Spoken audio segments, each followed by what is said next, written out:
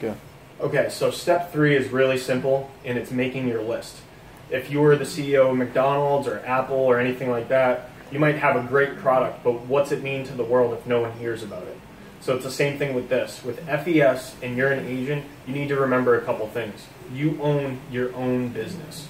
This is your own business. It might not be a building out in the street. It's a virtual online business, but it is a business. And you need to treat it like one to get it paid like one. So every business needs to market to get people to hear about their products and exposed. So the biggest thing is your list. That and inviting, which is step 4.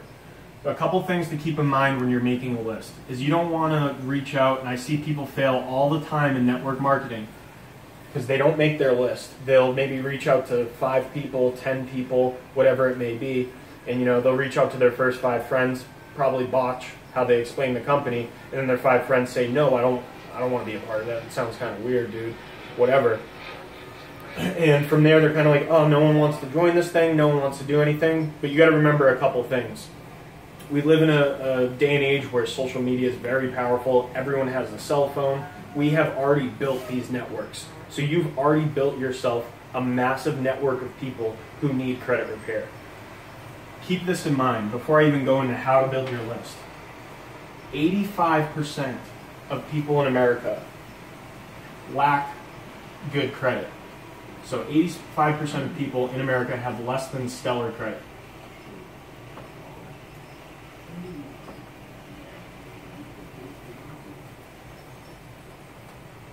That means if you have 1,000 friends on Facebook,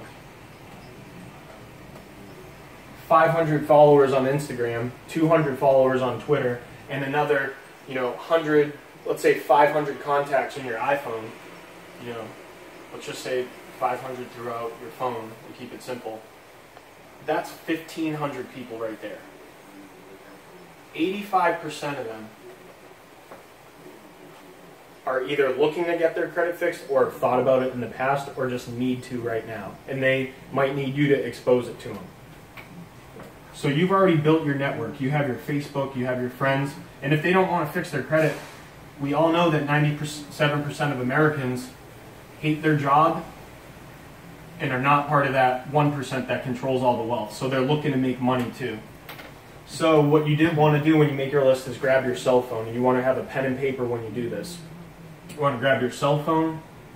You want to lock yourself away where there's no distractions for 30, 40, 50 minutes, whatever. Cell phone, Facebook, people you've worked with in the past, people you've played on sports teams with, people you've gone to high school with. The biggest thing in this business is you want to make your list as big as you possibly can. I recommend 500 people on your list. 200 to 300 is a solid start. So what's going to happen is the next step is we're going to invite them and want to expose them to the business.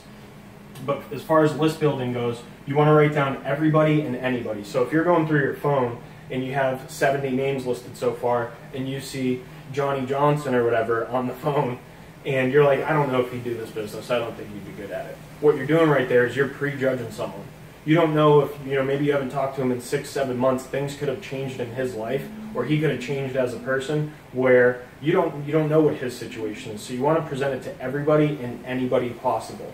The bigger you cast your net, the more fish you're going to catch. So 200 to 300 people. You don't want to prejudge.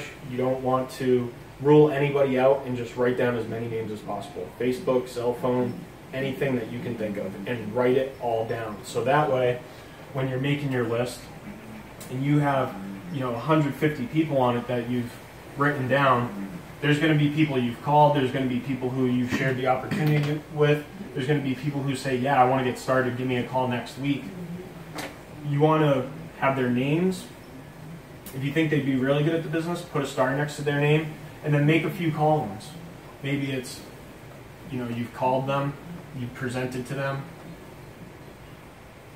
they've joined, or they're thinking about it, and next to each name put how far along they are. If you call them and you still need to get them to the presentation, you've at least called them. So then you can, next time you call them, you can say, hey man, it's been a week since we last talked. This thing is blowing up right now. and my sales director in Tampa wants to get you on the team. I need to get you on a phone call, take 10 minutes, you got to hear about this thing, dude. And that's it. And then he'll listen to the presentation. And then from there, you know where they're at in the process. So that's step 3, making your list. The next one is inviting.